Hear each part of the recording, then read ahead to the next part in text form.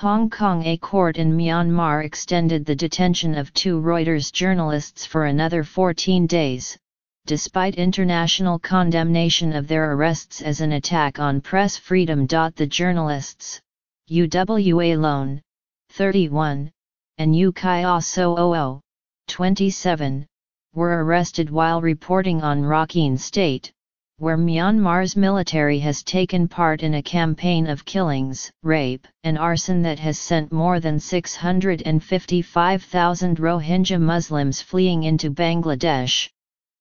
The two were charged with violating Myanmar's Official Secrets Act, a broad colonial-era law that carries a maximum sentence of 14 years. Mr. W.A. Lone and Mr. Kya Soo were arrested on December 12 after having obtained photographs from residents of a village in which, the army's chief said, a mass grave was found. The arrests came just weeks after a judge sentenced two other foreign journalists, their interpreter, and their driver to 2 months in prison on charges of filming with a drone without official permission.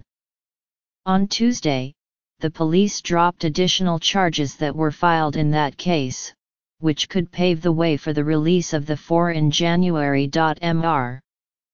W.A. Lone and Mr. Kya Soo appeared briefly in court in Yangon, the country's largest city and former capital, on Wednesday. They were allowed to meet their families for the first time since their arrests. Luckily, I had chance to talk with my husband, Pan Ei Monday, the wife of Mr. W.A. Lone, said after the hearing. Even though they didn't mistreat my husband did not do anything wrong. He is doing his job professionally. I just want my hubby to be released soon. Reuters would not say what specifically the reporters were pursuing when they were arrested. But Stephen J. Adler, the news agency's president and editor-in-chief, has said the two journalists were performing a crucial role in shedding light on news of global interest, and they are innocent of any wrongdoing.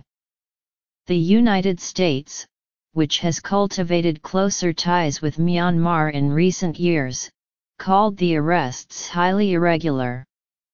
The Secretary-General of the United Nations, Antonio Guterres, said the arrests were reflective of eroding freedoms generally in the country.